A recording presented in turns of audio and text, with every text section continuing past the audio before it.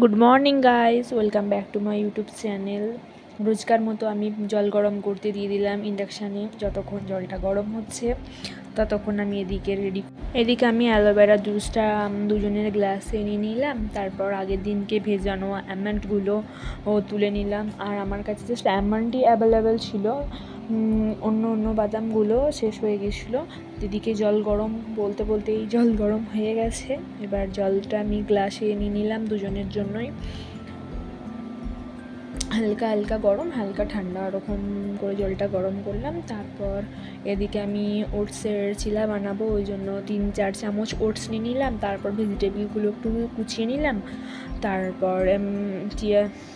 তারপর ওটসে আমি একটু করে পানি মিশিয়ে দিলাম যতক্ষণ ওটসটা ভিজছে। তারপর আমি ওতে বেসন অ্যাড করলাম, তারপর ভেজিটেবলগুলো অ্যাড করলাম। তারপর কড়াটা বসিয়ে দিলাম, হালকা তেল দিলাম, জাস্ট হালকা অয়েল দিয়ে ফ্রাই করব। তো অয়েলটা দিয়ে দিলাম। এবার একটা একটা করে চিলাগুলো আমি ভেজে নেব। দেখো কেমন করে ভাজছি। একটা প্রথম তেলে ছেড়ে দিয়েছি। তারপর এবার আমার বেডটা আমি গোছাতে শুরু করে দিলাম। এদিকে হচ্ছে চিলাগুলো, আর বেডগুলো গোছানো হয়ে গেল। তারপর ঝাড়ুটাও দিয়ে নিলাম আস্তে আস্তে সব রুমগুলো, কিচেনটা। তারপর আবার বাইরে দেওয়া হয়ে গেছে, বাইরের দৃশ্যটা দেখো কেমন।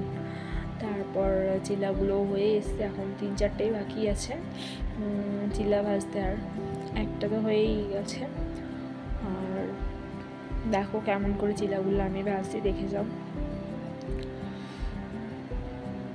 এবার এদিকে আমি আমি খাবো না চা, আমার হাজব্যান্ড চা খাবে, ওর জন্য আমি চা বসিয়ে দিলাম। চাও হয়ে গেল, চিলাটাও তৈরি হয়ে গেছে। এবার আমি নিয়ে যাচ্ছি ওর কাছে। প্রথম এইগুলো দিয়ে দিলাম।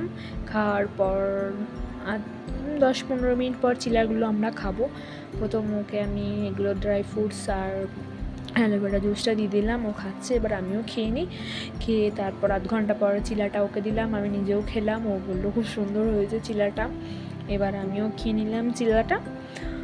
খেয়ে তারপর ওর জন্য চা করেছিলাম, ও চা দিয়ে বিস্কিট খাচ্ছিলো। এবার দেখে আমারও খেতে ইচ্ছে ছিল, তাই ওর চায়ে আমিও একটা বিস্কিট ডুবিয়ে খেয়ে নিলাম। তারপর এদিকে আলু পেঁয়াজ কুচিয়ে নিলাম, আলুটাকে আমি সেদ্ধ চাপিয়ে দিয়েছিলাম। তারপর আলুগুলোকে আমি ভেজে নিলাম আস্তে আস্তে।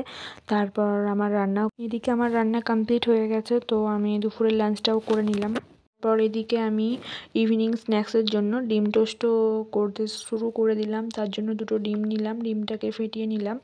তারপর নুন দিলাম আর এতে জিরে গুঁড়ো দিলাম। তারপর পাউরুটিগুলোকে আমি তেলে ফ্রাই করে নিলাম। তারপর দেখতে দেখতে তৈরি হয়ে গেল। হাজব্যান্ডকে দিলাম, আমিও খেলাম। হাজব্যান্ড বললো খুব সুন্দর। আজ রাত্রে কিছু রান্না করতে ইচ্ছে করছিল না, ওই জন্য ওকে বললাম চলো রেস্টুরেন্ট থেকে ঘুরে আসি। তো এখানে রুটি অর্ডার দিয়েছিলাম। তারপর চিকেন ছিল, মিক্স ভেজের তরকারি ছিল, পনির আর মিক্স ভেজ ছিল, তারপর পিকেল ছিল, লঙ্কা পেঁয়াজ ছিল। তো আজকের ব্লগটা এখান থেকে আমি এন্ড করলাম। ভিডিওটা ভালো লাগলে লাইক শেয়ার সাবস্ক্রাইব করো। কিছু জানতে চাইলে কমেন্ট করে দিও। Bye, good night.